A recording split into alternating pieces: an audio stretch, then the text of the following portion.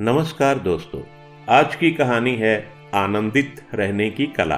कहानी शुरू करने से पहले मेरी आप सबसे एक विनती है कि आप हमारे चैनल को सब्सक्राइब जरूर कर लें। एक राजा बहुत दिनों से विचार कर रहा था कि वह राजपाट छोड़कर अध्यात्म में समय लगाए। राजा ने इस बारे में बहुत सोचा और फिर अपने गुरु को अपनी समस्याएं बताते हुए कहा कि उसे राज्य का कोई योग्य वारिस नहीं मिल पाया है। राजा का बच्चा छोटा है, इसलिए वह राजा बनने के योग्य नहीं है। जब भी उसे कोई पात्र इंसान मिलेगा जिसमें राज्य संभालने के सारे गुण हों, तो वह राजपाट छोड़कर शेष जीवन अध्यात्म के लिए समर्पित कर देगा। राजा की यह बात सुनकर गुरु ने कहा, राजन, तुम अपने राज्य की बागडोर मेरे हाथों में क्यों नहीं दे देते? क्या तुम्हें मुझसे ज्यादा पात्र, मुझसे ज्यादा सक्षम कोई इंसान मिल सकता है? तो राजा ने कहा, मेरे राज्य को आपसे अच्छी तरह भला कौन संभाल सकता है, इसलिए मैं इसी समय राज्य की बागडोर आपके हाथों में सौंप देता हूं। तो गुरु ने कहा, अब तुम क्या करोगे? तो राजा बोला, मैं राज्य के खजाने से थोड़े से पैसे ले लूंगा जिससे मेरा बाकी जीवन चल जाए।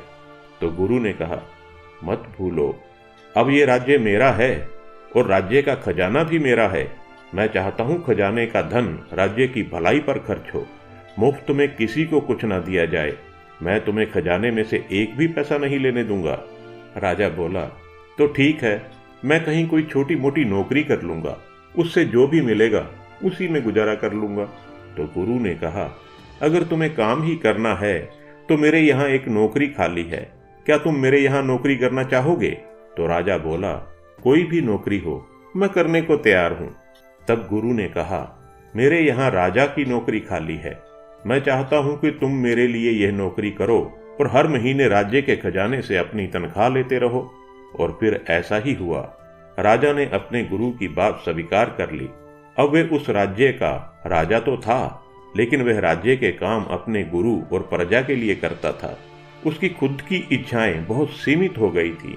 वह खजाने से उतना ही धन तनख्वाह के रूप में लेता था जितना उसके भरण पोषण के लिए जरूरी हो। 1 वर्ष बीत गया और 1 वर्ष के बाद गुरु ने वापस लौटकर देखा कि राजा बहुत खुश था। अब तो दोनों ही काम हो रहे थे। जिस अध्यात्म के लिए राजपाट छोड़कर राजा जाना चाहता था वह भी चल रहा था और राज्य संभालने का काम भी अच्छी तरह चल रहा था।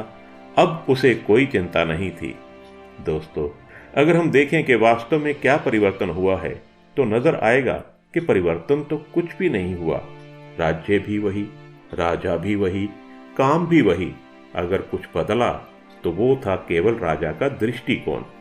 इसी प्रकार यदि हम जीवन में अपना दृष्टिकोण बदलें, हम मालिक बनकर नहीं बल्कि ये सोचकर सारे कार्य करें कि मैं ईश्वर की नौकरी कर रहा हूं, अब ईश्वर ही जाने, और सब कुछ ईश्वर पर छोड़ दें, फिर ही आप हर समस्या और परिस्थिति में खुशहाल रह पाएंगे। दोस्तों, यदि आपको ये कहानी थोड़ी सी भी पसंद आई हो तो वीडियो को लाइक कीजिएगा, कमेंट कीजिएगा, शेयर कीजिएगा और हमारे चैनल को सब्सक्राइब करना मत भूलिएगा। धन्यवाद।